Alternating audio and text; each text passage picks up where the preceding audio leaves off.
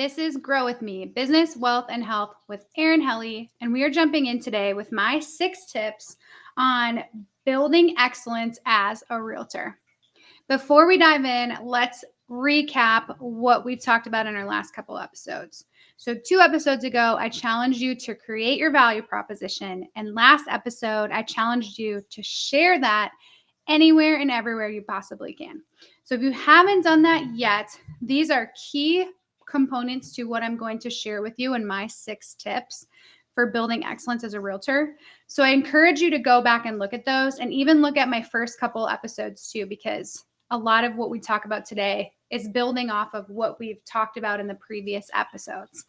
And also know at any point, if you need help, you need some advice, you need just to bounce ideas off of someone, send me an email. I would love to hear from you. Erin.m.helle@gmail.com. It's also in the show notes. You can find me all over social media. I really want to hear from you. So send it to me. Let me know what you're thinking, where you're at, and together we can build excellence. Okay? So let's dive in. So the world of real estate is, as I describe it, a whirlwind of chaos marked by ever-changing market conditions, economic uncertainties, and the ebb and flow of regional dynamics. To survive in this industry, you have to commit to embracing this chaos. This is an essential part of the realtor journey. I've also come to realize that success in this field is not just about navigating the intricacies of the market, but also about understanding people and their motivations, to include your own. Shifting your mindset to viewing challenges as opportunities for growth and recognizing the significance of people as your greatest asset can make you absolutely unstoppable. Okay, so that's the framework, and I'm going to give you my tips to navigating this whirlwind of chaos. Okay, so here are my tips for building an outstanding realtor business that also allows you to build a life that you love. So tip number 1, strategize your purpose. Every successful realtor journey begins with a clear sense of purpose. Your why is not merely a mission statement, but a strategic compass guiding your every move. I need you to define your purpose, align it strategically with your brand, which for the most part is going to be you, and let it shine through every single client interaction. This focused why doesn't just help you sell homes. It doesn't just help you help your clients. It helps you build lasting relationships and can establish you as a trusted advisor in this market, in this space, in this industry, which is how you're going to generate repeat customers and bring business to you over a long period of time. Okay, so it's about getting them to trust you. And the only way they're going to trust you is if you act consistently and you act authentically you, which is why your why is so important. Okay, so we talked about this in previous episodes. Go check it out if you haven't done this work yet. Step number 2 is to clarify your offerings. So the last 2 episodes, we talked about value proposition. We first talked about creating it, and I gave you a step-by-step with a PDF instructions on how to create your value proposition. And then in the last episode, we talked about how to share that proposition with the world and how to make it easily sort of just flow off your tongue in regular everyday conversation. So if you haven't done that yet, go back and do it, because I want to encourage you here to not try to be a jack of all trades. Figure out what you're good at and what really aligns with your why that we just talked about.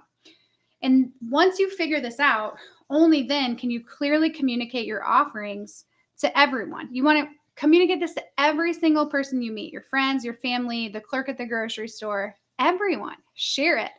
And your passion is not going to make it sound like a pain in the butt. Like sometimes you feel like you're shoving your business down your throat. But if you are passionate about it, it's not going to come off that way. You have an offering, you have value, and you are sharing it with the world. That is what you're doing. Nothing more than that. Don't overthink it. Share it proudly and loudly, okay? And remember that you're not selling. The world needs to know what you're offering, because what you're offering has value. So that's number 2. Tip 2 is to clarify your offerings. Tip number 3, elevate your digital presence. Now, This doesn't mean go create accounts on every single social media platform and post multiple times a day.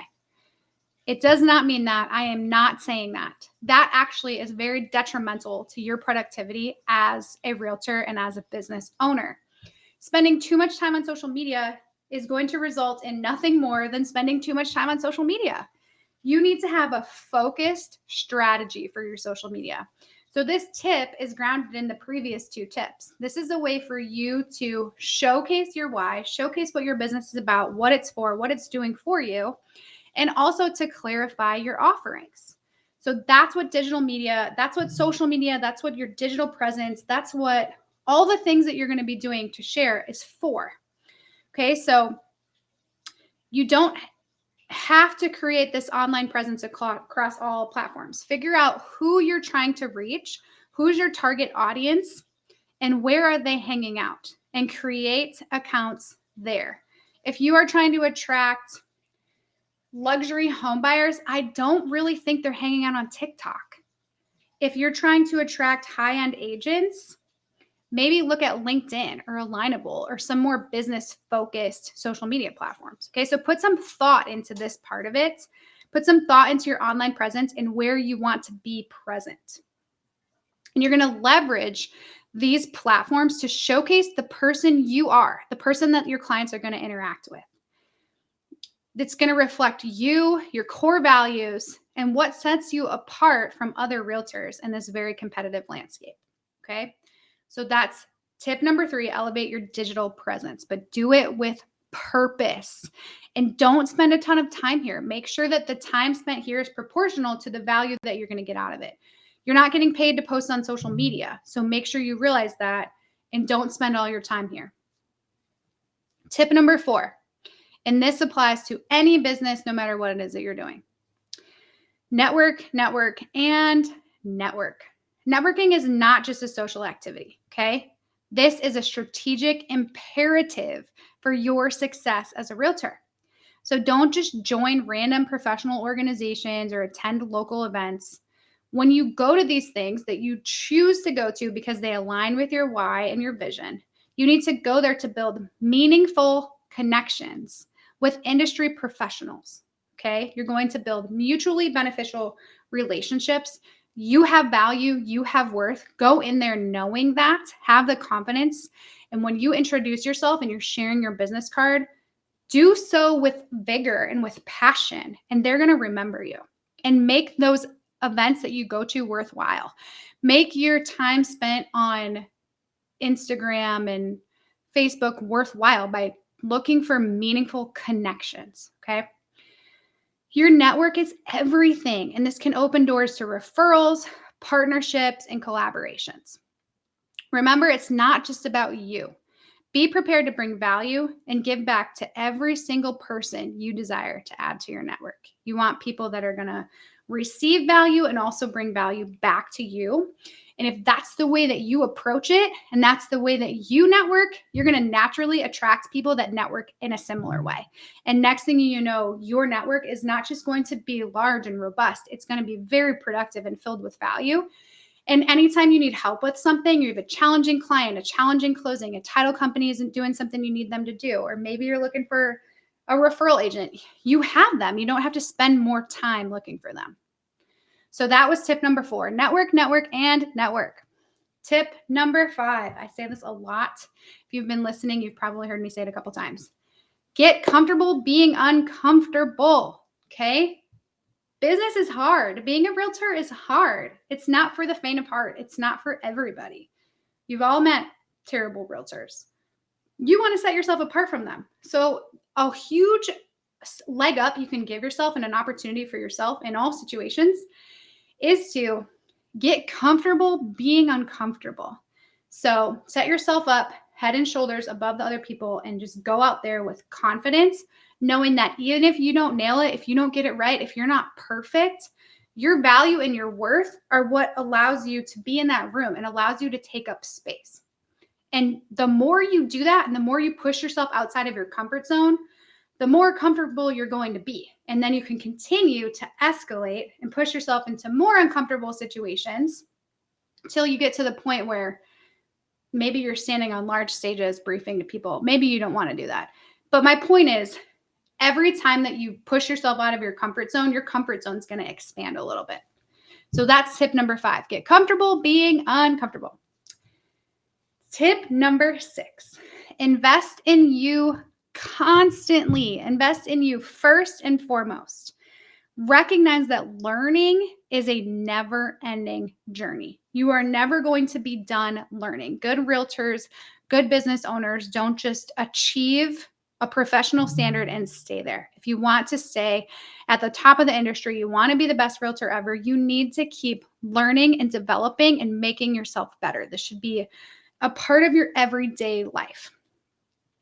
Invest in your personal and your professional development. And I think you'll see that as a realtor or a business owner, a lot of times you're going to see those two really go hand in hand, and there can be quite a gray area there, because what you're doing as a realtor is branding yourself and representing yourself to the world, and that's very personal. So as you're building your business and working on your professional development, you're probably also working on you and being a better version of you, which is just going to help you elevate your game professionally, and you just keep going and keep getting better. Okay, so invest in your personal and professional development, striving to get better every single day. Building a thriving realtor business is challenging, but it's also pretty straightforward. So craft a solid strategy around your why, stick to the basics, and maintain consistency as you do this. By doing so, you'll not only outshine, but also outlast the majority of realtors in the industry. Okay, so that's it. Those are my 6 tips for navigating this whirlwind of chaos that is the real estate industry. So let's recap. Tip number 1, strategize your purpose. Tip number 2, clarify your offerings. Tip 3, elevate your digital presence. Tip 4, network, network, and network. Tip 5, get comfortable being uncomfortable. And tip 6 is to invest in you constantly. Okay. So these tips don't mean anything if you don't take action on them. So I'm going to give you guys the action step. Remember that I'm all about goals, action, and results. You set the goals. I'm going to give you the action, and together we'll achieve exceptional results. So the action step here is for you to go to a networking event in the next 2 weeks, because I'll be back on here again in 2 more weeks. I want you to go to a networking event. You don't have to go in person. It could be virtual, but it has to be a situation in which you are going to be able to introduce yourself or present yourself or make connections. And I want you to go in there with the intention of building meaningful connections. And I want you to share your business card or your virtual business card and your value proposition. Notice I said you can't just get away with introducing yourself. You also need to introduce your value proposition to that person and ask them if they know anybody who could use your services, and return the favor and say, maybe you start with this, say, hey, I'd love to help bring you business. Maybe you meet a landscaper or a title company and you say, I'd love to bring you business. Tell me about what you do. And they'll be glad to tell you. People love to talk about themselves, and then say, awesome, this is what I do. This is my value. This is what I offer. Who do you know that's looking to buy or sell a house right now? Who do you know that can benefit from what I just shared with you? And they might not have somebody right there, but just say, that's okay if you don't, but please share this with me. I'm going to follow up with you. Is that okay if I check in with you in a week or so? I challenge you to do that. Okay. Go to a networking event, go to a situation where you can meet a professional in your industry that can help you with your business, and just get out there and ask for it.